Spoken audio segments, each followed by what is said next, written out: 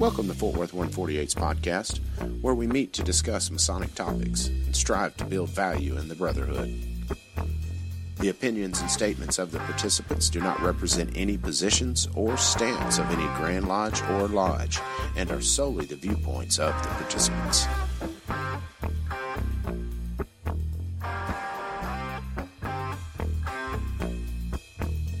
Welcome back to the podcast, everyone. This is Rhit Moore, past master and current secretary of Fort Worth 148.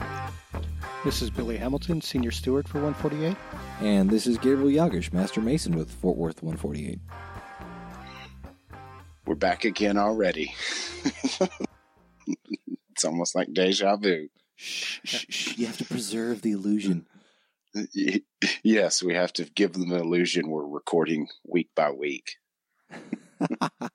Listeners, you didn't hear that. No, you didn't hear that. All right, so we're still roundtabling this week. I'm ready to get into it if y'all are.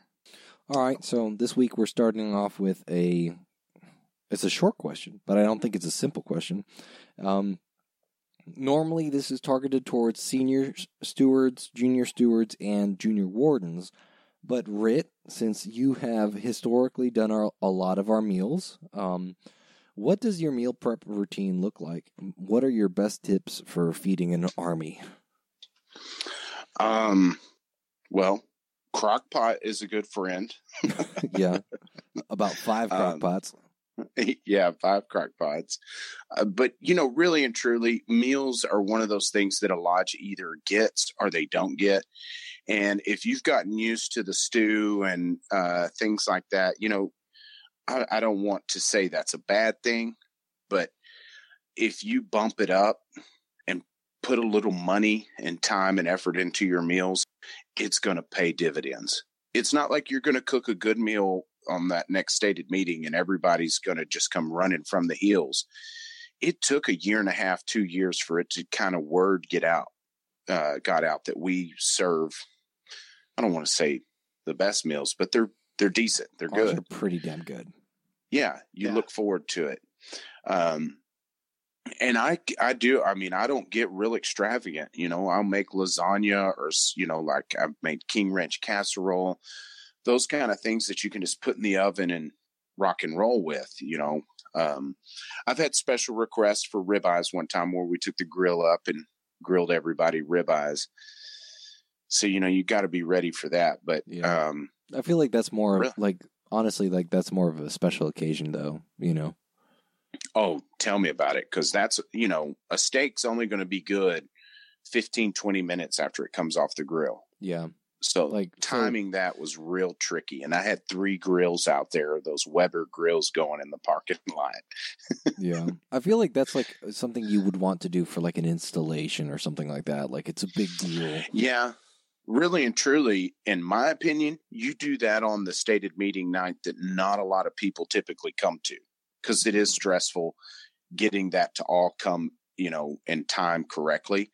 But, like George Appleby, he said, man, I'd really like to have ribeyes one time. So we had them. But the main thing is to make it make it easy on yourself, but still a quality meal. I would like bacon wrapped filet mignon covered in foie gras. Can we do this? And when you take it to the next level, like Hillcrest, where we had lobster Newburgh, that wasn't something that was prepped real quick and easy. That took some time and effort, but it's something I won't forget anytime soon, and it makes an impression on you. I still feel deep remorse for not being able to attend that meeting. It was all, and we'll go back, trust me. And they don't have bad meals there. But prepping some kind of casserole that you can cook in your oven, because I fit 5-6 pans in my oven of whatever I cook, and it takes a while longer, but still you can cover everybody with some kind of casserole or something cooked in the big crock pot. And if you don't have one and you're steward, get your lodge to buy one and just pass it on to the next, you know what I mean? The next steward can use it. Because there's good meals you can cook in a crock pot besides a stew. Yeah. And I mean, a cheap crock pot is going to cost you $20. A really nice one is going to cost you $50. let's be real. Like, it's not going to be horribly expensive, you know? And when you're cooking for lodge, you're usually talking about the white turkey crock pots that are big. You wouldn't use for your normal family cooking. And those are about $40-$50. So it's not bad. Yeah. So we actually talked about this on the car ride home from the leadership training. And one thing you had told me was that you should prepare to cook for more than the number of people you anticipate having, right? Because Masons eat. So if you're going to have 40 people, cook for 60. If you're going to have 20, cook for 30. No, you're exactly right. So, at any given lodge, probably on average, you have 15 to 20 guys show up for a stated meeting. But those 15 or 20 guys aren't your normal eaters. No. They God. eat for 1.5 at the minimum. And they should be able let's be to. real. It's kind of like we're all way too fat. Yeah, even the skinny Masons are too heavy. Well, and I remember when it dawned on me is when the retirement home came to do degree work, and they would come as long as you would provide root beer floats. And I thought amazing. It was kind of funny. I was like, oh, they almost like that. So I asked them about it, and they said, yeah, we don't get stuff like this at the retirement home very often. So it's kind of our payment, our footloose and fancy free. But they said, don't tell our doctors. That's kind of like, that's both like very awesome, but also like kind of heartbreaking. Well, I don't want to make it out like the retirement home was bad, but they at that age, you shouldn't be eating a lot of root beer floats in the first place. I mean, it is for their health. Let's be real. Yeah. But, it's like, I don't know. Oh, yeah. Man. It makes me think of like, the sad kitten eyes from Shrek. I think it's the first Shrek. I want to say it's the first Shrek movie where, Puss in Boots gives the guards the very, very sad eyes, No, and really my point is that that's kind of a cheat night for guys, and they want something a little different. So if you're cooking something that you have 2 or 3 times a month in your regular home, you know what I mean? It's not something that's going to impress guys and leave them talking about it. George tells me all the time that his wife asks, well, what'd you have for dinner at lodge tonight? She don't, that's the first question he gets coming in the door. That's awesome. What y'all have tonight? What y'all have tonight? And of course, if you really want to put it over the top, you throw some poppers in there. Everybody loves the jalapeno poppers. You could smell it in the elevator going up. Yeah. Yeah. Oh, it's an amazing smell, And that's the thing about we just totally overlook meals because especially in today's culture, everything's so fast paced, and I'm more guilty of it than anybody, sitting down and eating, and I'm out of the dining hall in 30 minutes. But it's the one thing guaranteed every human being on this earth has in common is that we need to eat, and we like to do it together. So make it something a little special and inviting. Go out and get the real silverware. Throw out real plates every once in a while. Not every time. But just, add that flair to where people are like, hey, this is a special occasion to come up here and eat. They put some effort into this. And I feel like a lot of times we do lose that. Like, I know that... So I have, and this is not meant as any disrespect to him, but I have a lot of mixed feelings about Roberto Sanchez's illustrative comment of spaghetti on paper plates, Me too. I do too. It's kind of harsh, but I think it's harsh, just but, he's trying to get a point across. It is just trying to get a point across, but sometimes I feel like, you know what, man, sometimes spaghetti on a paper plate is really good. But we don't, it's more about the attitude, I think. Because a lot of times it's about the atmosphere that you convey on it, If it's just food to get filled, of course you're not going to respect it, But, to a certain extent, the kind of food also does matter, though. Like, I went to a lodge once where, like, the main dish was Frito pies. And while I love Frito pies, I don't think it's an appropriate lodge meal. Yeah, especially to sit for an hour or two.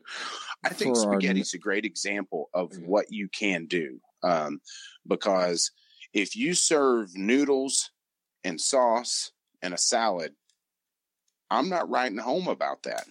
But if you take those noodles, boil them in a little butter and oil, and then throw Italian sausage and a couple other types of sausage in there with about 3 different kinds of cheese for me to choose from to put on top, with an olive salad with some good balsamic and garlic bread. Stop, you're making me hungry. I'm telling somebody about that meal. Yeah. And it's still spaghetti. Also, for kind of winding back a couple seconds, for our non-American listeners, which I'm sure there's like 5 of you, and we love you very deeply, a Frito pie is a dish that is constructed out of chili con carne, which, is like a beef stew, loosely approximated, and you fill it with what amounts to basically deep fried corn chips. And they're not deep fried corn chips, but they're Fritos, and then you coat it with onions and shredded cheese. And I told a friend of mine who is from Germany about Frito pies once, and he looked at me with such deep disgust in his face that it was just amazing.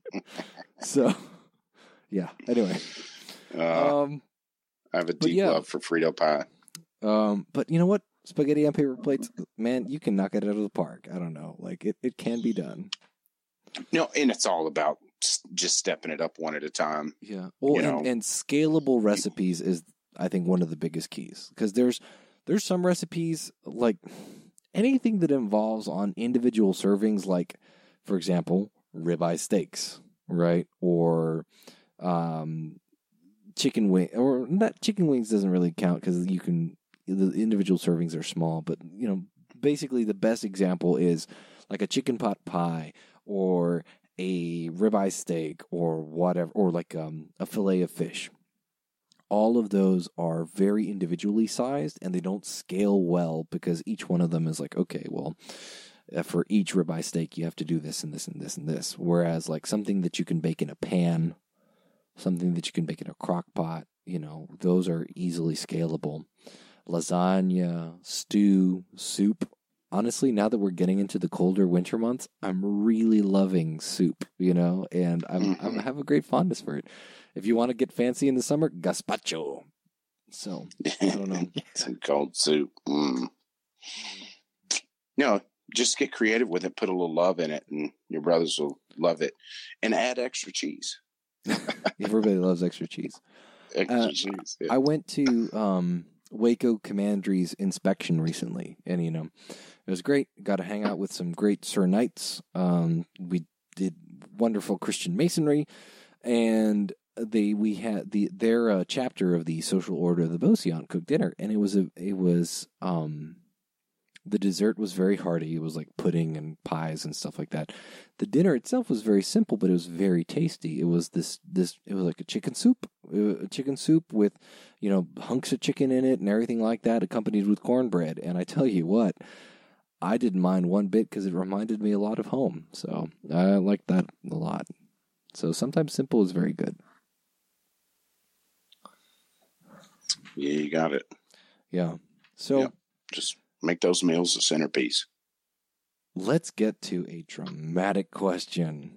So this one was posted to Reddit, because some of y'all are going to recognize it, and that's okay. But I kind of wanted to talk about it here on the podcast. Title: I'm struggling with my boyfriend being a Mason. Context: my boyfriend has been a Master Mason for about 4 months now, and I have been struggling with my feelings about it ever since. I'm proud of his dedication and his desire to be a better man through the Masons, but at the same time, I'm struggling with jealousy over the secrets. Not so much not knowing what they know, but the fact that I can't even become a member to know what they know simply because I'm a woman.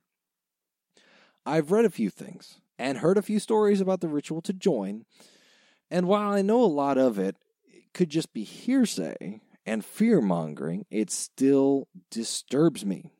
I went for the first time to a lodge event last night, and it freaked me out a bit.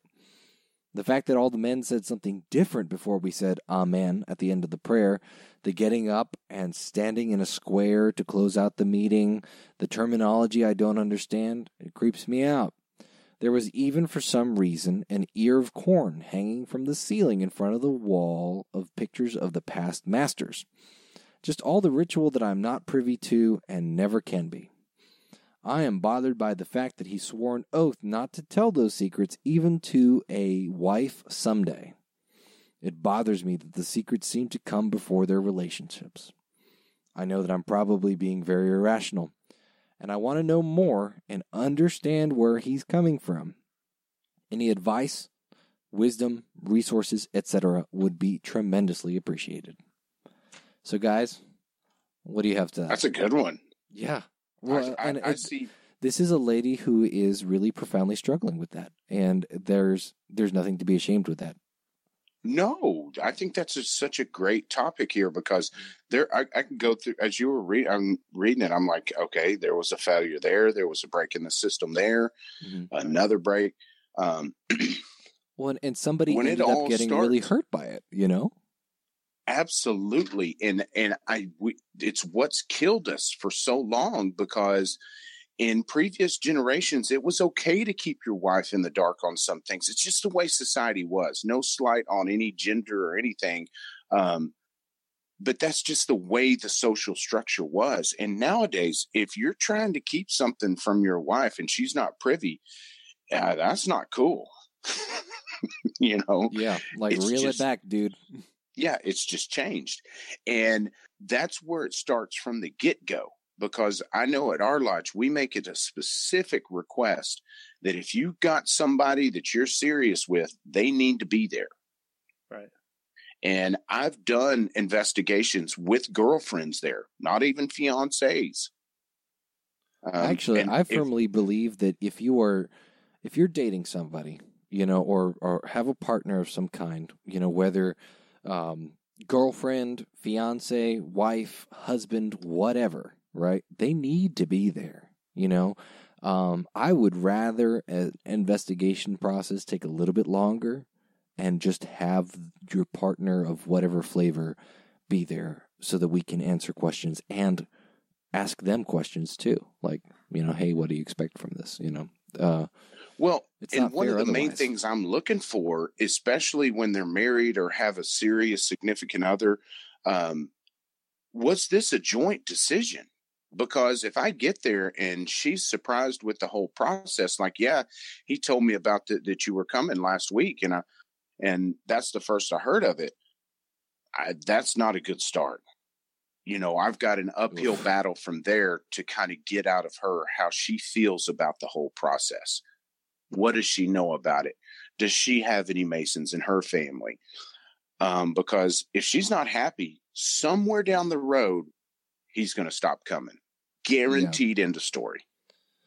Yeah, and that's really rough because it's one of it's a trust thing, you know. I think primarily it's a trust thing. Obviously, sometimes time commitments can be a real big problem.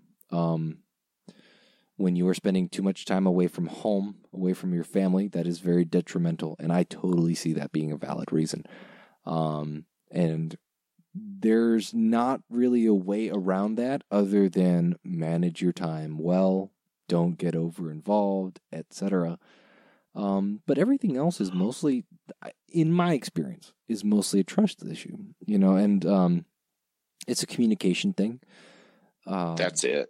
That's what it is. If you don't communicate well about this with your spouse, significant other, whatever, you're going to have trust issues. And that's the primary spot of where all your problems are going to come from. And I mean, when I read this post, I pulled it up on my phone and I read the entire post to my girlfriend.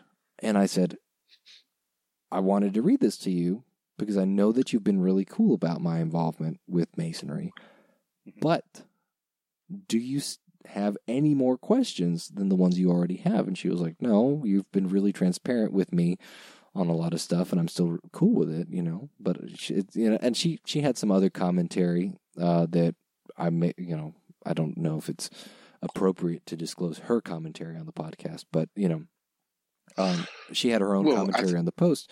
But she said, but no, you've been very transparent with me on it. I don't really have that many questions because usually, if it's not a secret, you tell me.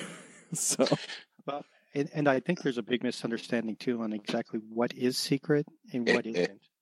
Yes, that was a big part of our 201 is what's secret and what's not. So, Rhit, officially, what is secret? Well, they never really nailed it down in there as far as, because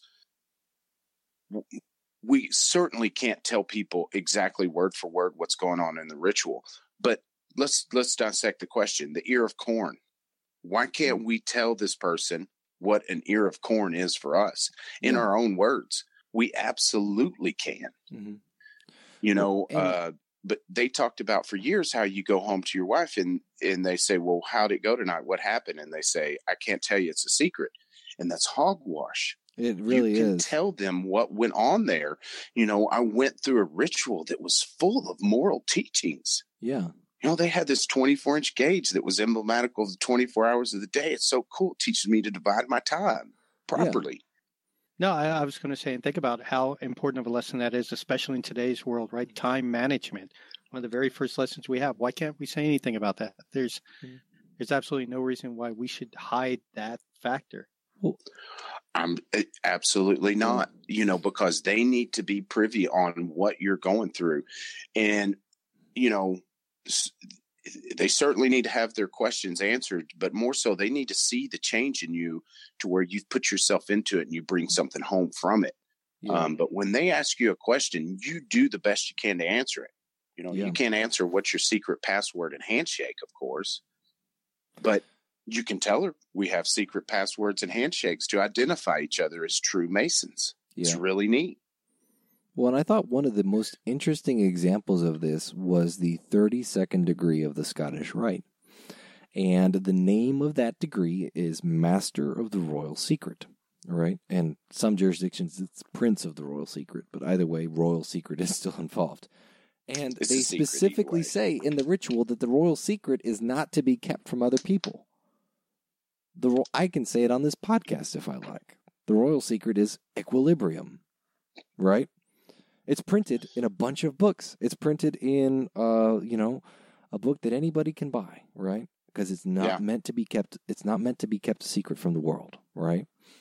And so there are some things that the good teachings that we learn from Masonry aren't meant to be kept secret from the world. Maybe the way the ritual is worded, maybe the passwords and handshakes that we do, but certainly not the teachings. Certainly not the arguments that you had with, so-and-so about about a bill that, you guys were trying to pass or whatever. You know, that's okay, because you can go home and you can be like, well, Brother A.B. really got on my nerves today because we were proposing a change for the light bulbs or whatever the hell. And you can tell your wife, like, hey, the reason why I came back from Lodge kind of flustered is because we had a bit of a rough stated meeting, and this is what went down. That's okay. And I think one of the best things you can do, if she asks what went on, and say, hey, look, I got a monitor. Let's sit down and look at this thing.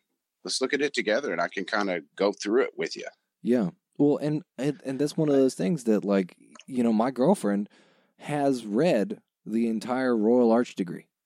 She has helped me rehearse the Royal Arch degree. I'm not going to hand it to somebody that's interested in becoming a Mason, but, my girlfriend is very patient with me, and she'll spot check me on stuff. And she's read the whole Order of the Temple, for example, that kind of thing. I don't know about the whole thing, but she read some sections of it and thought it was kind of neat. So, and the whole thing is that this process from the get-go should be involved. The significant other should be involved. And we as Masons should make sure that's happening. I have seen it so many times in my short 13 years as a Mason of guys that are so gung-ho and love the craft And it drives a wedge in between him and his family because the wife doesn't have any idea what's going on and wasn't really included in the whole thing. Mm-hmm. And we have some blame on that as much as he does. Because if we're doing our investigation, that wife should have our contact information. Yeah. And I tell you what, now this is kind of odd, and I kind of goes against the spirit of keeping secrets, but for anyone out there that is listening to this who is not a Mason and does not want to be a Mason, or who is not a Mason and cannot be a Mason for whatever reason, you can go and see with reasonable approximation of everything that we do on a website called www.stitchingargus.nl. That's STICHTINGARGUS.nl. It's a Dutch website that collects Masonic rituals from all around the world. Now, their ritual is mostly English, so it's emulation ritual, and it's a little bit different. But you can see within reasonable approximation everything that we do within a lodge room. You can also look up Duncan's Masonic Monitor, and it's close enough to our ritual that I was able to pick up some stuff when I was an entered apprentice trying to remember my memory work, right? Yeah. This goes against the spirit of keeping secrets, but I want to make sure that people are okay with transparency. If you are interested in becoming a Mason and you can be a Mason, don't look this up. Not because it's super duper spooky secrets, but because I don't want you to spoil anything for yourself. Yeah, it's I don't like have telling a bigger people impact. that Dumbledore dies on page whatever of book 6 of Harry Potter. Oh no, what have I done? Yeah, I think the tendency is if you keep things secret, especially things that are kept a secret for no reason other than, you don't, I guess you're ignorant of the fact that that's not a big deal. The natural tendency of the mind is if you're not willing to tell me, I'm just going to imagine the worst possible thing. Yes. And this is how stuff like the satanic conspiracies come up, Mm-hmm. It's because, can you imagine though, and I'm going to read back this part. Imagine this level of failure to communicate. The fact that all the men said something different before we said amen at the end of prayer, comma, ... sentence goes on. You mean they didn't even explain to this gal what so mote it be is and what it means? Wow, what a breakdown in communication. And I actually talked to a candidate, a petitioner recently who asked me the same question. What is it that y'all are saying after the prayers? And I realized at that moment that nobody explained to him what we've been saying. It's so mote it be. It's, so may it be.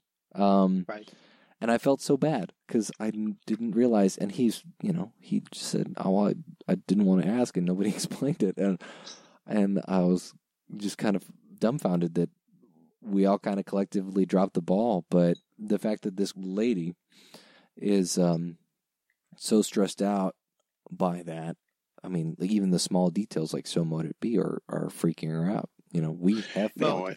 And it makes me wonder, did she ask too? Because maybe there's kind of a reluctance on her part to ask. Yeah. Because that could be, it takes two to miscommunicate. And not to place it on her. I think her boyfriend absolutely should be very upfront and honest about explaining whatever she wants, as long as she doesn't ask, what's that handshake thing you do? That's fine. But, she shouldn't be afraid to ask questions herself. She shouldn't. She really shouldn't feel be. like she can't go to her boyfriend. Yeah, I think that's the point there, is that there's a breakdown with her feeling comfortable to go into her boyfriend and her boyfriend feeling comfortable to come into somebody who knows the answer. Yeah. Because that's something I implore in the investigation when I meet with the wife or significant other. I tell them, if you ever have any question, why did he come home so late, or what's going on up there, and he can't answer it, here's my contact info. Yep. Call me or tell him to call me. But I tell you, it's a symptom of uneducated Masons. It really is. It is. And we're in a unique position because all the guys that are educated are older and hard to communicate with on our level in a way that we understand it. And so us young guys are just kind of feeling in the dark. Yep. We but really are. You got to be there, because some answer is better than no answer. Right. But I wanted to touch on the secret too, because, what we do in the lodge room is all on the internet, so I am certainly not a proponent of getting out there and just blabbing to the world what we do. But when it comes to, especially your wife that you've married and you have a sacred vow above all others, she should be privy to what's going on in there. Mm-hmm. And it can be broken down in such a way that she can, I joke all the time, my wife knows more about masonry than most masons, which isn't necessarily true, but it's just to get the point that I talked to her about it. She's well steeped in it. Yeah. Yeah. Actually, there's a lot of things, because my wife grew up in a very Masonic family. I didn't, but she did. And there's some things that I'll talk about, and she's like, "Should you be telling me this?" And I'm like, "Yes, absolutely." There's nothing I've said that you can't know. I know you've been raised that way. To where she believes that everything that happens in there is secret. I'm like, but that's absolutely not the way it is. Yeah. Yeah. And I don't tell my wife anything I wouldn't tell anybody else. But exactly. A lot of people have a hard time saying anything to anybody, and that's the best way to break the seal. But get your little elevator speech about each degree to where she's privy in about what you do up there. But more so, show her in your actions. Yeah. Yeah. Some of the stuff on here, I think, would be like, even comfort her if she knew exactly why we did this, like standing in the square. It's not, it's to make sure everyone's on the same level. No one is elevated above anyone else. We're all the same, I mean, what a great moral lesson. And that's something that I think should be shared. Yeah. You point out, hey, that guy's a judge and that guy's a plumber, and we're all on the level, holding hands down here in the square. And it's just symbolic of us just being humans. Yeah. Right. And there's no secrets in there. We got pretty deep down there at the leadership training because they called me on the floor. And I was like, yeah, the secrets are right here. And I pointed to my heart, because that is what I believe, is that, the secrets are revealed when you dig into this stuff.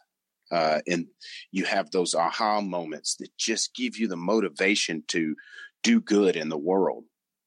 Because if you sit on your house and watch Netflix, you're not motivated to get out and do something. But if you get around good men and you do good things, you know what I mean? It motivates you to do more.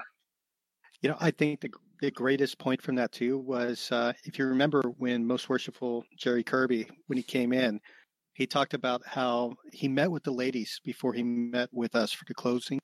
And he said, one of the ladies said, "My husband told me about a Bible presentation you did, and he said it was absolutely amazing." And so Most Worshipful Kirby did the Bible presentation for them on the spot. Yeah. And it's a beautiful Bible presentation. If anybody emails me, I will email it to them. I mean, it's probably publicly available, but if you want to hear it, just email me. My email is texanmason@gmail.com, and I'll email it to you. It's beautiful. I love it. And it's part of the Master Mason's degree, but that just shows, not everything you think, not just because it even happens in a tiled room doesn't necessarily mean it's secret. Yeah.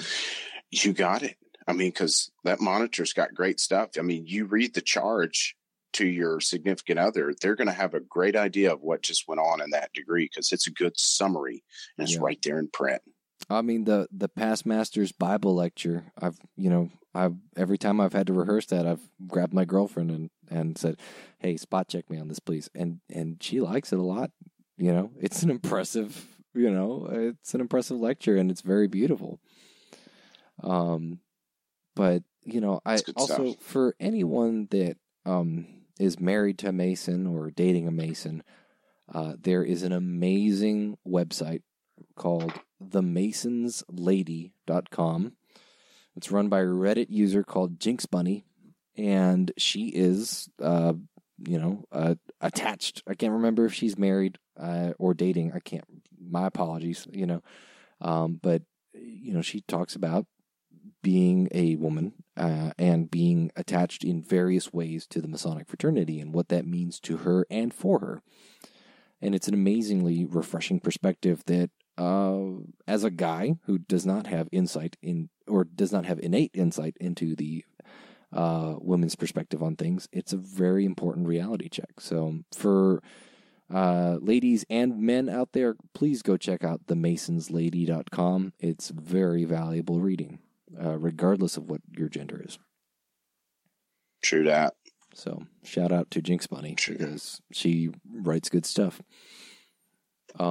But just remember, we have very few secrets, and while we should treat things with a sense of decorum, we don't have to worry that much. If it's coming to the point where she's going, oh gosh, I don't know if they're doing satanic rituals or whatever, and I've seen some of the online stuff and it's very disturbing, there's a failure to communicate.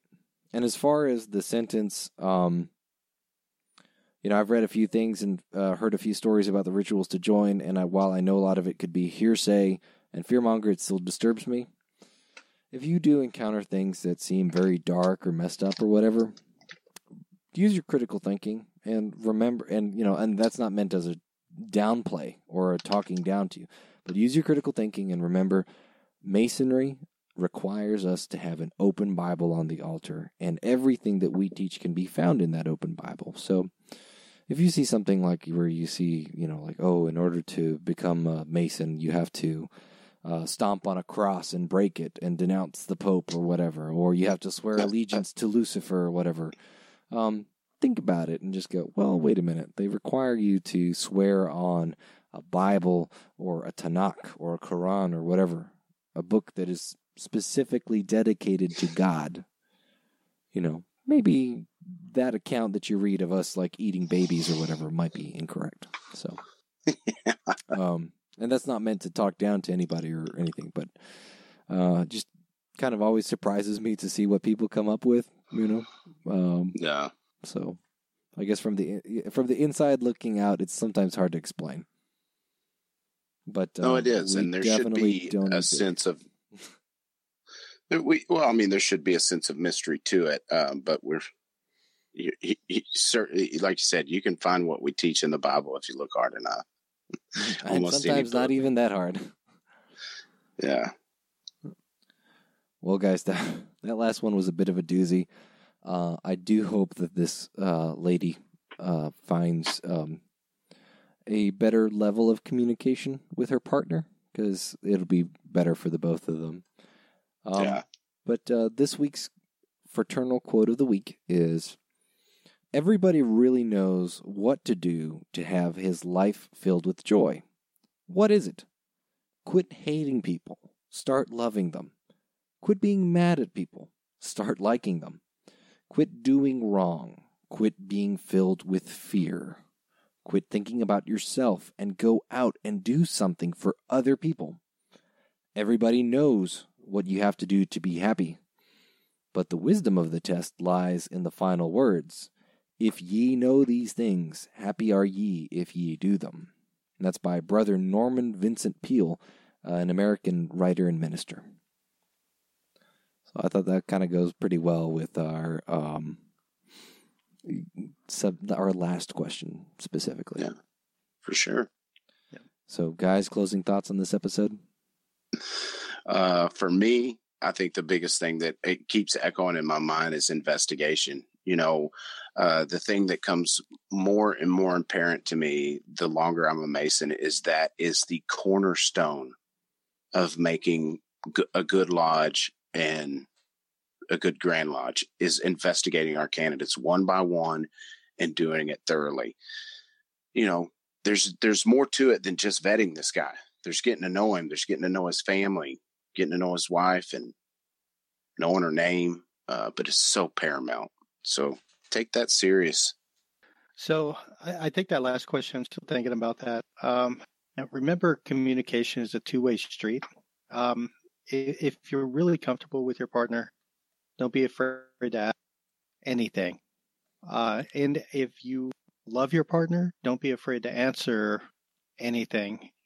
Again, as long as you're not giving away the passwords and the grips and modes of recognition, there's nothing really you can't talk about. So, one of the first lessons we learn is, knocking at the door. So, don't be afraid to open up and communicate with each other. Make sure everyone's happy, and you'll be a lot happier in the long run. Yes, you will. I think the big takeaway from today is communication, because communication, lack thereof, good communication, bad communication, that's the kind of stuff that will kill relationships, kill careers, kill lodges. Think of anything, relationship, organization, or whatever. And communication is probably the most important aspect, if not one of the most important aspects. Talk with your spouse or your partner. Talk with your worshipful master. Talk with your brothers, and it goes beyond, hey, is it okay if I bring this proposition to lodge? Hey, is it okay if I go to lodge tonight and you can take care of the kids tonight, or whatever, right? Talk to those, but also reach out to your brothers, If a brother hasn't been out to lodge in a couple of months, reach out to him. Communicate, right? It's that lack of communication that makes everybody, not just Masons, not just men, but everybody, right? It makes us feel wanted. It makes us feel loved. As a leader, right? You want to have good communication, both with the people you're leading and one day the people you will be following, right? It's an important relationship. As a spouse, you want to make sure that you have support and love and reassurance, and that you want to know that you can rely on them. And as a friend, you want to make sure that you have somebody that you can reach out to in times of trouble and in times of festivities, right? So just, keep that line open. So, but as always, it's been an excellent week. If you would like to contact us or email us questions or just ask us anything, you can reach us at www.fortworth148.org. We are at Fort Worth Lodge 148 on Facebook. Our email is info148@fortworth148.org.